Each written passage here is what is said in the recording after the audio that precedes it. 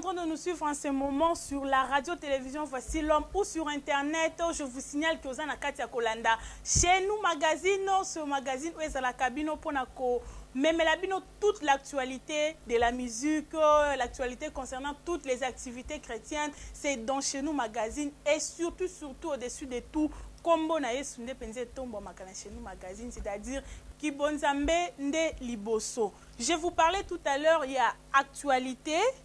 Tozoa na aseka kalembelembe esika nini service il y a 21 jours ici et bandi sima ya 40 jours ezalaki kuna service mususu e bandi thème nango ezali les principes de Dieu. Pourquoi les principes de Dieu? Pour na ko permettre bino bo comprendre déjà pose la un peu fixé na musala o ese bandi to landa biso nyonso extrait ya enseignement oyo c'était le dimanche 9 avril 2017 à la seka kalembelembe.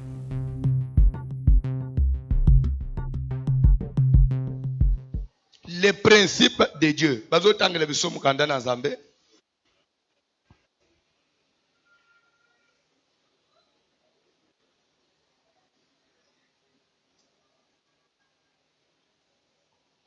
Tozali na mukanda ya premier livre de Samuel, chapitre 3, tozobanda na premier verset. Bazotangela biso Bible. Tozala mukuse, c'est l'introduction. Nous aurons le temps de développer toute la semaine.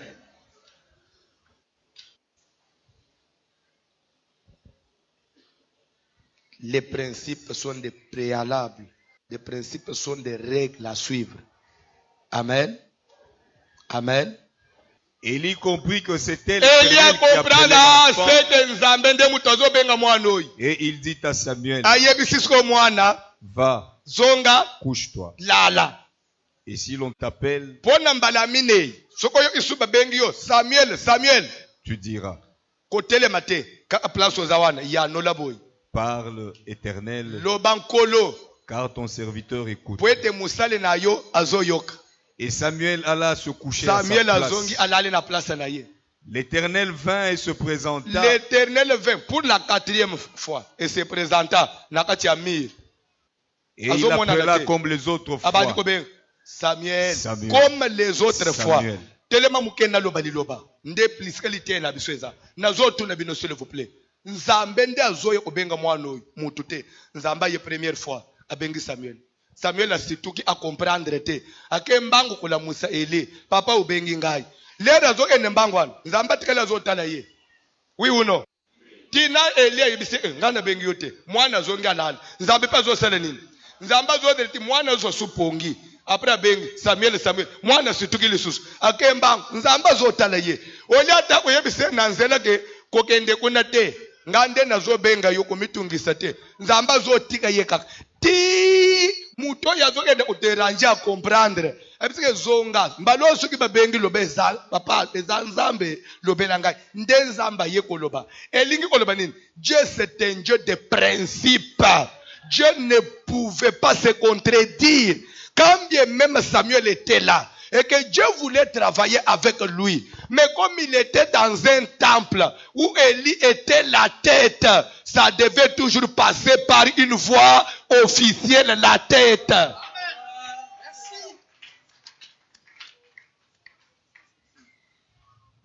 Les principes, tu es déjà ici, tu es avec nous. Famille no bama tabakita bazane eloko bakokanga te. Biso to sito funguli motema o mata. Sala nini? Premier principe. Dieu c'est un Dieu d'ordre. Na otang ça va principe belé. Donc on même le principe de la bénédiction. Le principe de l'élévation. Tu veux être élevé, mais il y a un principe.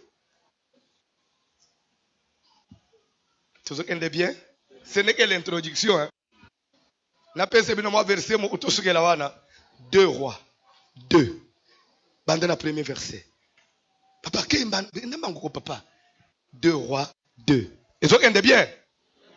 Matthieu ekufungula intelligence. Peu au moins oko échouer te. Lorsque l'Éternel fit monter Élie au ciel dans un tourbillon,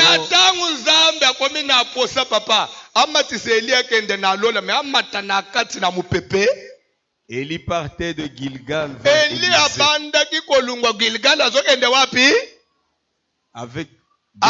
avec Élisée. Lorsqu'ils eurent passé, Élie dit à Élisée, demande ce que tu veux que je fasse pour toi avant que je sois enlevé. Élisée répondit, qu'il y ait sur moi, je te prie, une double portion de ton esprit. Élie dit, tu demandes une chose le principe de Dieu existe. Élie dit, tu demandes une chose difficile. Mais si tu veux me voir pendant si tu peux me voir, si tu veux me voir, ou si tu peux me voir pendant que je serai enlevé avec toi, mais si tu me vois pendant que je serai enlevé avec toi, cela t'arrivera ainsi. Sinon, cela n'arrivera pas. Ça veut dire quoi? Tout ce qu'on peut demander à Dieu, nous sommes obligés à ça. Il y a des choses à battre. Pourquoi ce n'était pas dans les principes? Est-ce que toi tu es ici pour échouer? Est-ce que toi tu pries pour qu'un jour au Seigneur le ozoité? Alors je vais te montrer comment tu peux demander et ne pas échouer. Ce service c'est que le konyo nazo seng nazwa. Ba prière nyos na simba mbomana.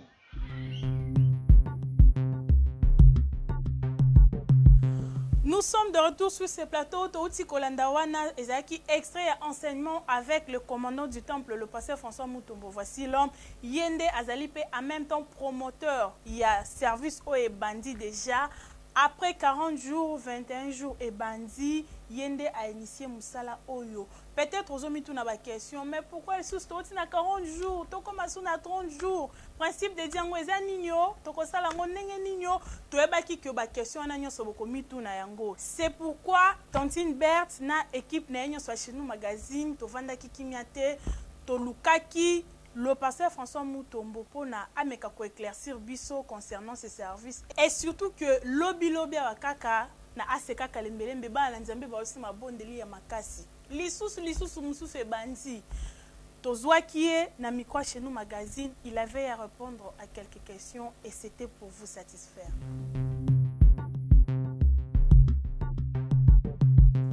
Temanango ezali les principes de Dieu. Principe ya Nzambe. Webi Nzambe ezalokola ndenga bato bazozo makamuna Nzambe lelo te. Nzambe aza mwana mukete to mwa ile omoko yabo ya osana na ngudo mutu azo ya l'église azana tina yeba o Nzambe lingite mbala Nzambe asalele kaka. Donc ye azani Nzambe azani okuzele pa mutu te. Onjika mutu nde Nzambe azani timwa garçon de course ya bato. Salangai nabala nabota nasarbo o Nzamba senga abatu atolingo yebamute. Est-ce que pasteur faut que hôtel na tevalo bana batu ya epana ngai bien te apoto inviter batu pas Jésus. Moi si ali tanga ma Bible et y a entendu parler de Jésus. Lelo mutu faut te présenter ça Jésus. Ngana okenda tevalo bana batu ke boya na kalembelembe bolo voici le mono. Nazo prêcher Jésus. C'est Jésus mutu oskole na boye pana ngai. Bon batu bazolanda suko na Canada. Il faut bien kalembelembe. Oui. Kasinde ba erreur wana nde photo origine. C'est vrai. Même l'air moi c'est ali tanga makila akendaki agisangwa Jésus akendaki. Mais l'air a commis. Ça amna principe mo kolanda. Soki na ko simbata songa ilamba na ye na ko bikisam. Abandi ko sala effort comment parvenir au simbe songa ilamba na Jésus. Il y a eu des principes parce que ayi abo mbala mo lokola commis joie yamba lokota. Oui. 21 jours de Daniel, Bible zoloba que Amukanda Daniel chapitre 10 sur le premier verset.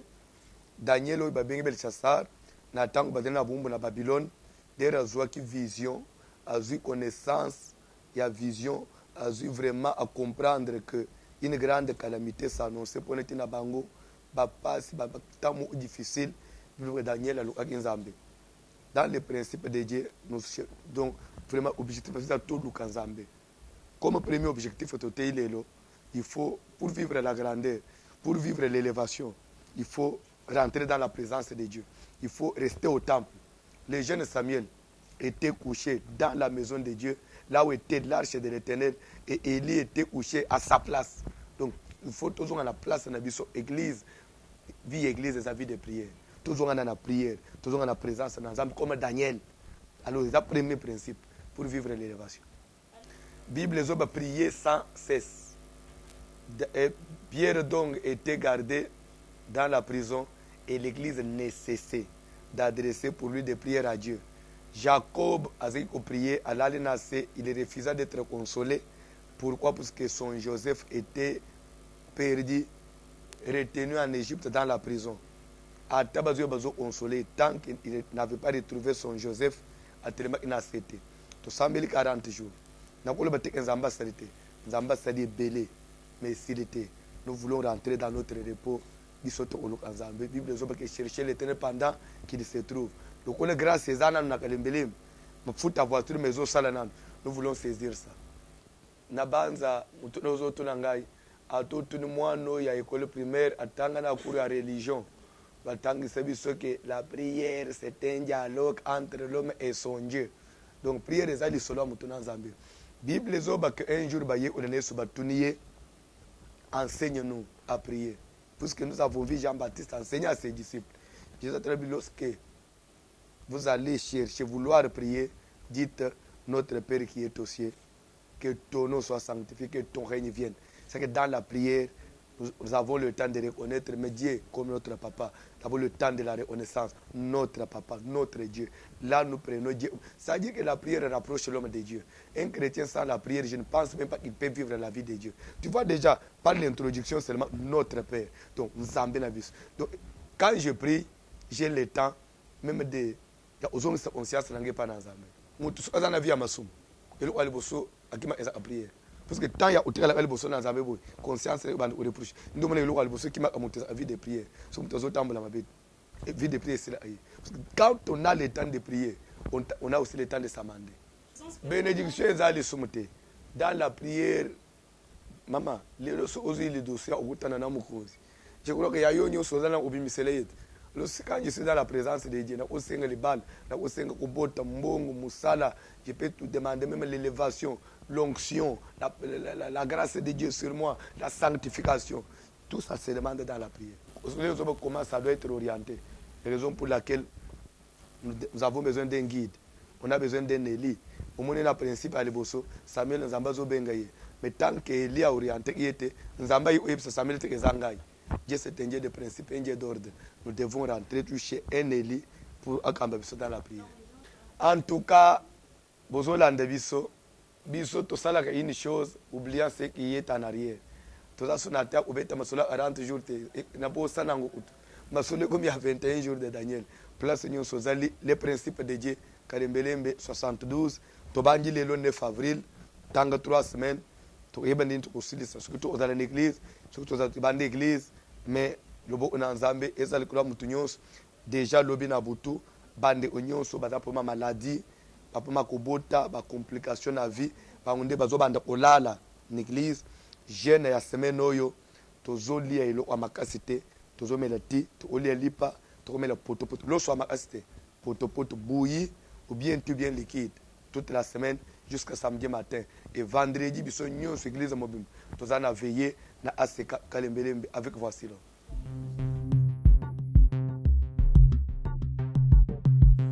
De retour sur ces plateaux, c'était là le commandant du temple. Hein? Il a répondu, je crois que pour comprendre pourquoi Moussala o est commis. Yom to banda koloba. Taouti kaka awa, lisusu awa.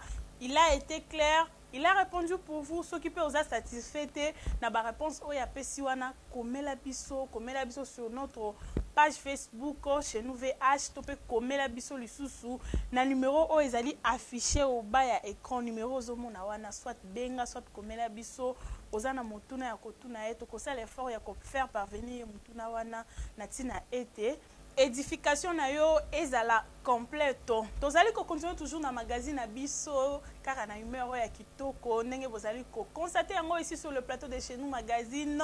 Si vous me voyez déjà nazo seka nazo bouger, c'est-à-dire que d'ici là déjà nazo telema pona kobina et c'est déjà l'ambiance de chez nous. La semaine passée déjà na annoncé kibino que orchestre moko o ebengami na kombo ya la fraternité baza na kati ya kobongisa milulu moko munene ekozala une grande journée de louange et d'adoration. Ça sera à la Seka Kalembelembe. Je vous avais annoncé ça la semaine prochaine. Aujourd'hui déjà ils sont dans nos murs, mais avant to ya mbabango na micro chez nous magazine ensemble tout les manon to bina au rythme ya la fraternité.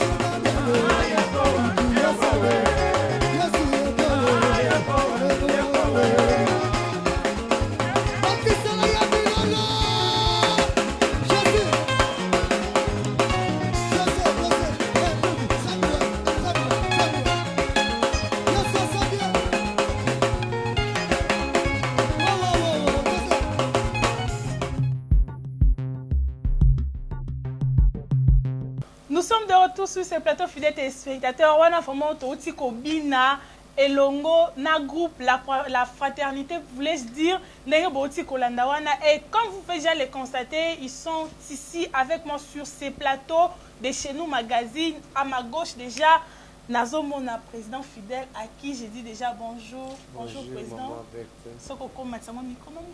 Bonjour maman Berthe. Ok. Papa Boni santé. De santé zabi maman kakayo. Ok, na annoncé que déjà na balandi chez nous magazine que groupe la fraternité ezo bongisa journée moko ezali ya louange et kozala na ACK Kalembelembe. Mais ngai na lobby juste en général mais ba détail ya musala na ezo ko sala mandenge ni. Bon, maman Berthe merci mingi ndenge oyambinga na plateau elongona na bande ko mususu. Ok. Ndenge aussi ko yebisa bana na Nzambe. Musala wana ekosalema les 6 mai. Les 6 mai na 15h. Ok. Nde tokozala deja wana bana na Nzambe nyonso ba papa ba mama bilenge basi pe mibali. Donc eza journée de louange et d'adoration. Entre temps fraternité a présenter pe album nae parce que azaka déjà un album na maboko titre nango eza kita vandi ba mosusu ba yebi ba basoma soma déjà CD ba yebi.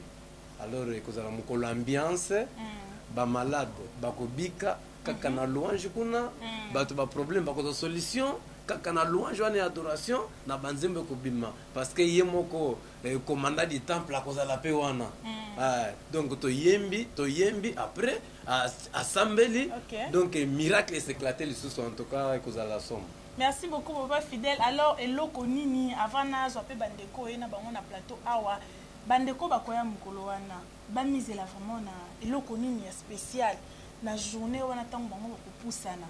En tout cas na lobby boye eloko spécial ezali ya kobongisama. OK.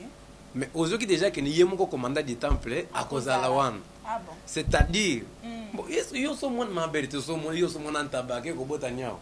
En tout cas. Ou bien lion ake ko bota mbwa. C'est-à-dire que tozo yemba ko yembo tozo yemba. C'est-à-dire na lobi ndenge na lobi muto malade akobika. Oyo azana ba problème akoza solution. Parce que toko yemba mulimo na Nzambe kozala nguya na Nzambe ko kita e kozala somo. Na 5 ka mwana Nzambe ala taka kondima aya. Muto aya apusa na déjà 15h donc milolo na biso e bandi. To sepele longo to bini to adorer kolo sima yemoko commandant du temple akosambela. Donc bikamo ko s'éclater mon colon. Merci papa fidèle. Lobi pe ke kozala présentation et album na bino album mo titre nango déjà ezani. Titre nango ezala kita vandi. Ah bon. C'est-à-dire nani ateka yo. Nani pe asomba yo. Oh. Yango to yembaka na moteki na mosombi bango nyonso zéro parce que Jésus-Christ ayiko racheter ayiko longolo déjà muto akende koteka yo wana na o ya sombi c'est-à-dire ba se trouver déjà na perte ndeto lobi ke zéro pona ngai yo muto kenda koteka oteki misala na ngai yo muto kenda koteka libala na ngai na yo muto sombaki libala ngo na yo muto sombaki misala ngo bino nyonso zéro parce que kolo déjà asil kokita. Oh makambo vraiment eza grave ndenge papa fidèle sur le bayango donc eza likambu ya na moteki na mosombi bino nyonso donc boza na problème parce que Jésus-Christ c'est déjà azo kita emoko na mono emoko te présent na gauche na yo nazomona une sœur kombo nanga sœur Ange Maba na groupe la fraternité Ange ça la rani na simbela ka présence non na groupe la fraternité nazali parmi ba chantre na yembaka nga pe voir na contribuaka na koyembela Nzambe. Qu'est-ce qui peut nous prouver que oyembaka makosa kingai na baninga ye lelo na se retrouver na ndako ya mandona condition bapesi ngai elekeli ngai basengi ngai mama na nga basengi ngai soso ya pembe nakobata mawapi nakobomba mawapi masiya katalika mbona nga nyonso wana vie apprécié. Vraiment Nandimi, je crois que nanda peut bon dire vraiment que c'est Ange Ayembaka. Mais nga na sengi na c'est Ange Ayemba. Na komo kaka voir ya président na CC na président.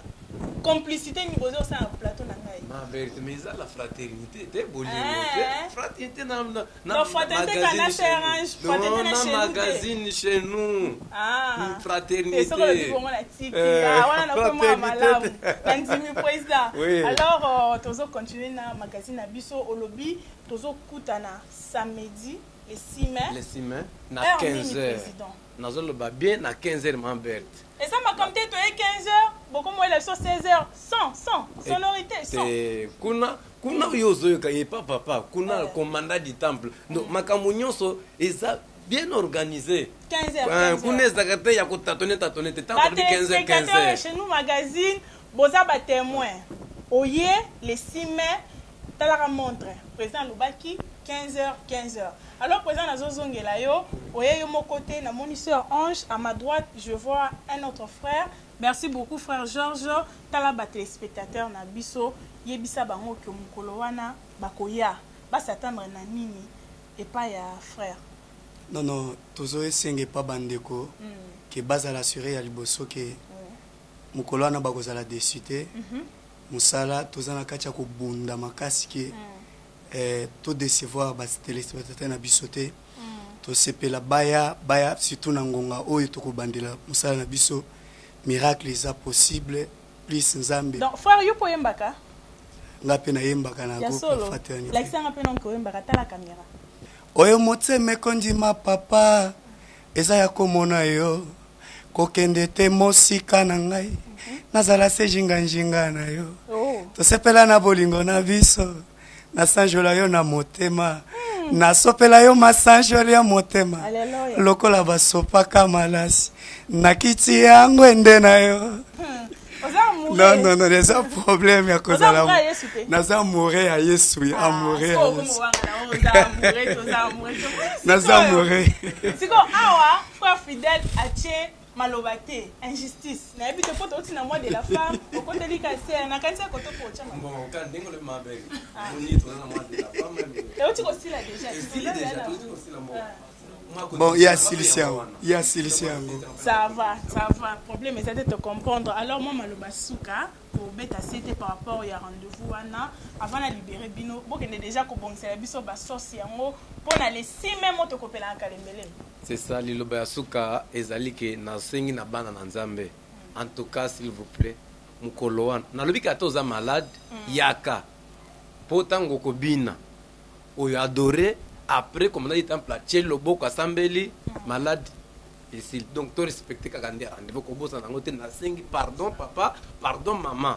To kuta na mukolo wana les 6 mai na 15h pour na kukuta na nkolo ko sepela ilongo. Bato ba solution koza moi ba mbote soki ezali na bo sanité papa nanga nano ye moko commandant du temple place azali papa ya yango yo na bo sanité ba mbote mingi na président nanga ya musique papa Alexis Malonda mais pourquoi pas magazine Mobimba o ya mama Berthe chez nous bato nyonso mbote bana fraternité église Kalembelembe nyonso na bana nzambe so baza kolanda biso na bandako en tout cas kimia nankolo ezala na vie. Merci beaucoup président fidèle, je vous signale que mukolo yango équipe nyonso chez nous magazine de kozala pour na total o ekolekana toujours pour na toela bino ba image par la suite mais à cela n'empêche que jour yango yo po ya kaisa entrée za gratuite balobi te ke yaka na 10 francs yaka na 20 francs à partir à 15h kaka oye koko teza nango ya ofele donc oye otoki mapamboli na oya ofele oyo ki musique no ya ofele o bénéficier na ba bénédiction ya ofele. Merci beaucoup président na ndengo lekaki na plateau na biso. Merci sœur Ange, merci papa Serge, merci papa Georges. Je vous souhaite déjà bonne suite il y a semaine. Merci.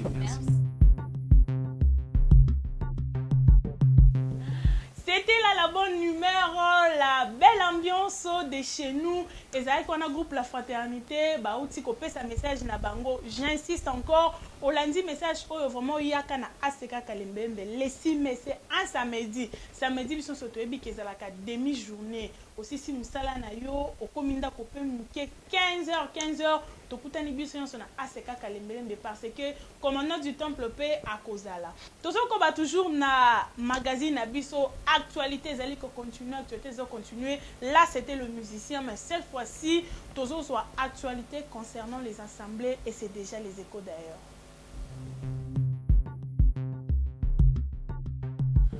Toza déjà na rubrique na biso to bengaka les échos d'ailleurs et pour commencer nous sommes na église cité de paix et sikanini grande manifestation ezali na kati ya kobongisama ezali ya dédicace du temple avec le pasteur Serge Lukanga musala oyo kobanda le 12 et kokende kino le 16 avril 2017 pour plus de précisions tolanda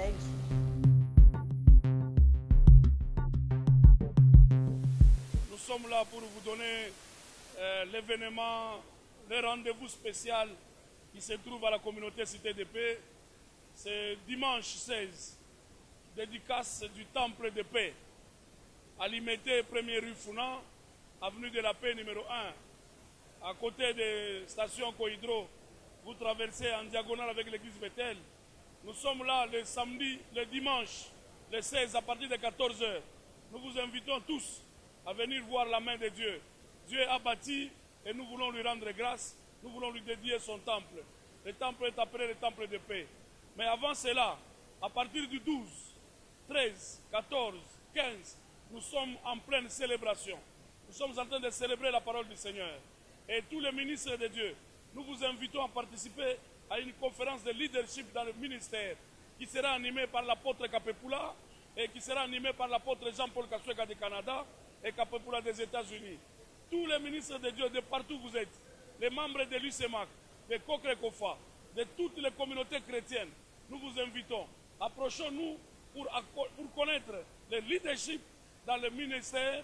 Et le soir, nous sommes en plénière à l'église où nous allons encore célébrer le nom de l'Éternel. Nous allons célébrer la parole.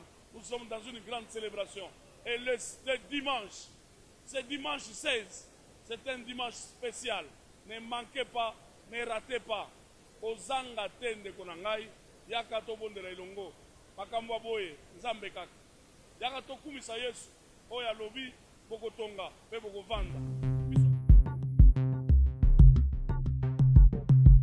C'était là le pasteur Serge Lukanga qui donnait plus de précisions concernant Moussala Oezo Banda le 12 kino le 16 avril 2017 et Kozalaka Kakuna na grand temple à église cité de paix et Zali Moussala ya dédicace temple tongami makamio cecili mais bazo zapeton ya ko dédié temple wana et pas Nzambe. Alors au lundi Kozanga pété ko répondre na invitation ezali lancée par le responsable de cette église le pasteur Serge Lukanga. Na deuxième position déjà il y a les échos d'ailleurs, toza na direction église refuge royal, église cité de refuge et pas il y a pasteur Dieu merci Mutombo. Église oyo ekokisi anniversaire na yango en date du 9 avril 2017 na yango nde célébration culte moko célébration ezalaki organisé toujours dans la église cité de refuge chapeauté par le pasteur Dieu merci Mouton.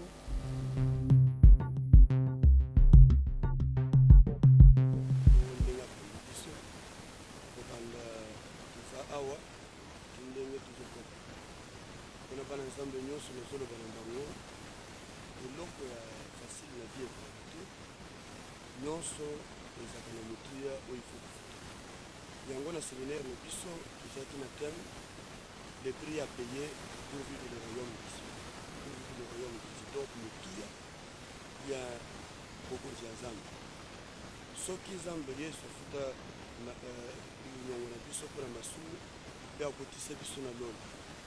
Vie na biso sur terre eza na récompense oyo Nzambe areservele biso.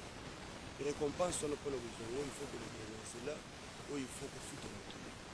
Atako ndenge tuuti koloba kotambola na kotosa liloba Nzambe kotambola na kosala masumu te ezali motuya tofutaka mpona kodemere fidele Nzambe alobi na biso tozala parfait kozala parfait eza kokangama na Nzambe soki okangami na ye akoakompagne yango nyonso kosala nde liloba yango boyebisa na yango basala biso. tozotambola na kolanda mokano ya nzambe ya liboso lokola église évangélique tozali na mosala koévangélize komema baoyo bayebi liloba nzambe te na ndako kokotisa bango na ndako kokotisa bango na lola mpe royaume du ciel ya mibale eza kotangisa liloba nzambe ndenge esengeli mikolo yo moko oyebi mikolo oyo bateye ekoma ya ndenge na ndenge esengeli to restaurer la vérité de la parole de Dieu yango wana nzambe apesi biso mission ya koteya liloba rétablir la vérité ya misato toza famille tolingi tolakisa na mokili ke kozala mwana nzambe eza okuti na libato ezali mawa mingi kokutana mbala mosusu na bana na nzambe oyo bazali kosehaïr kobundana mpona kozwa eloko oyo lokosongola esengeli moko na moko ayebaki biso na famille pour cela tozoorganize milulu na ndenge nzambe azokopanga biso mpe tozosala makambo nyonso na ndenge nzambe alingi pour te tokoma na oyo asengi tozala nakoki kotidetaille makambo tokosala te mais au fur et à mesure bandeko bakoyebaka topona ngai nakoloba boye nde bien parce que là où il y a la joie ils ont remarqué que présence ya nzambe eza na kati et moi j'ai senti la joie oui que bakisita ngala bandoyemba doso bakata ngai te j'allais continuer théâtre que ndesa parce que je sentais au fur et à mesure de royemba et sengoyo sani et so kola alors moi j'ai béni le Seigneur merci beaucoup papa Dieu merci ngai nakoloba boye ndenge tokutani et tikali nango comme une famille na biso ko eza famille royale ngape na za moko ya famille royale parce que ba famille royale nde ba okende pas roi ouais eza bongo donc ngape na kotika libanda te na komi na ngape famille royale alors koto yo comme biloko mo soka net dimanche moko ba bengi ngri na ye po ngape na za famille royale donc déjà sengo esalinga elengi tana za ko ya en tout cas je croyais voir bandimi ata 10 ata 15 ata 20 mais na ye na tellement famille royale ngonzo ke za rappeler beleko na moni batuti na tinel batuti na ba couloir donc ba ça pe beleko oui que ba c'est belé donc l'église est monene ko vraiment donc vraiment j'ai béni Dieu et là on a koloba sentiment nangé ezali que bandeko nyoso bazaki lelo o nyoso to yeki lokwa message etika la grave na mitema na biso et comme na pesa ki conseil koloba to ça lokwa to sale lokote to bandinde lelo donc soki to teyaka to banda koteya bien soki to kabaka to banda kokaba bien ça veut dire 2 ans o etika leki wana to ça lokola eleki to sali yango lokote to bandinde église lelo ça veut dire muto muto zo responsabilité na ye pour église ya Nzambe et kende liboso c'est ça c'est que moi j'ai conçu dans ma tête comme un conseil à donner à l'église.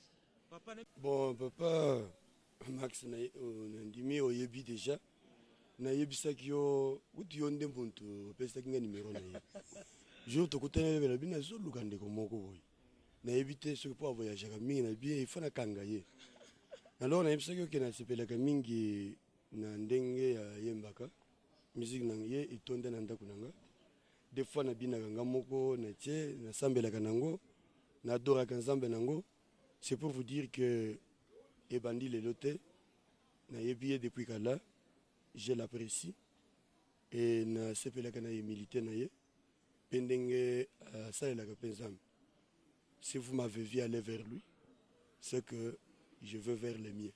Amen. Merci papa. Merci. Merci beaucoup. OK. Merci pour le retour.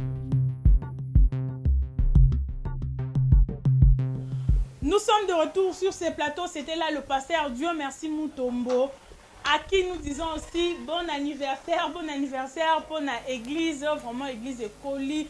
Une année de plus, Ezali Ngolu Nanzambe, Ezali effort ya Mutute.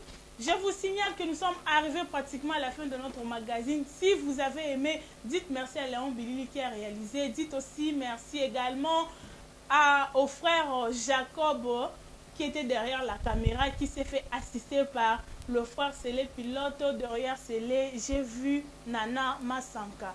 Vous avez suivi chez nous magazine les lundis à 18h, Landa sous émission Oyo, mercredi à partir de 15h jusqu'au beau sénateur que vendredi, et Zali à partir de 22h30, juste après émission Voici l'homme sur la RTVH, la radio télé Voici l'homme, la chaîne qui fait la propagande du nom de Jésus-Christ. Je vous dis grand merci pour votre fidélité. Bafan Nabiso Nyoso ya Internet, Bosani Binoté, et Zalazolanda Biso à l'extérieur du pays ou Nakati ya pays. Grand merci pour votre confiance. Sans oublier que chez nous, Magazine, notre équipe Ezali Wana pour Nakosa et la Bino Msala couvrir vos manifestations, le photo shooting. Bah, service Ezali est belé, Ozali n'a besoin d'un ozo fêter anniversaire, ozo célébrer mariage. Ozana une certaine manifestation, même les églises, contactez chez nous Magazine par le numéro qui est affiché au bas de l'écran. To comme la biso na compte Facebook chez nous VH. Au côté na Facebook au commis chez nous VH. Au ticket le biso message to répondre yo pour na to sala mustala na ndenge elongo bani. Je vous donne déjà rendez-vous pour la semaine prochaine et en même temps je vous dis bye.